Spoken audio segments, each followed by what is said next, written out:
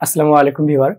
আপনারা যারা একটু ঘোরাফেরা করেন বা সাইকেল রাইড করেন অথবা যারা চেস্টে ছোট ব্যাগটা কিন্তু ছোট দেখতে, কিন্তু এখানে তো আপনার নিত্য প্রয়োজনীয় নানা রকম জিনিস আপনি এই ছোট্ট একটি ব্যাগে রাখতে পারবেন।